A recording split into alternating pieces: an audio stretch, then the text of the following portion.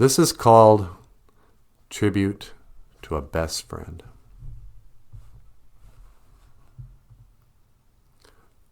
Sunlight streams through the window pane onto a spot on the floor. Then I remember. It's where you used to lie, but now you are no more. Our feet walk down a hall of carpet, and muted echoes sound. Then I remember. It's where your paws would joyously abound. A voice is heard along the road and up beyond the hill. But then I remember. It can't be yours. Your golden voice is still. But I'll take that vacant spot of floor, an empty muted hall, and lay them with the absent dish along the wall.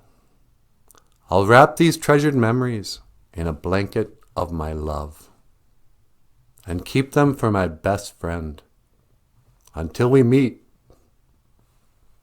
above.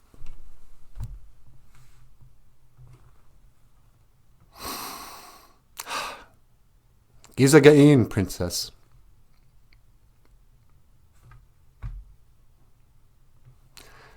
It's been 4 years since my cat died, and I still tear up.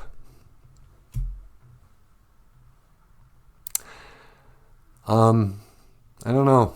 Should I talk about this today? It's the anniversary of when my cat died. And, I'm not immature about death. I've experienced a lot of loved ones pass away. And I'm getting old. So, the bitter irony of surviving is that you get to outlive all your friends. I remember my grandmother, she lived to be very old. But the sad part is she got to watch everybody she loved. I mean, except for her grandchildren and stuff and her kids. But, she was the last one to go. And so it can be, it can be tough. How are you? Do you have a hole in your heart where your pet used to fill? I don't know. Anyway, I just wanted to read that poem for anybody who is still grieving the loss of a pet. And I want to offer you some words of encouragement, even though I'm kind of, sad right now. It gets better. I mean, maybe you know that already. All right, I'm going to go. Gigawabamin. Minoa. Hawa.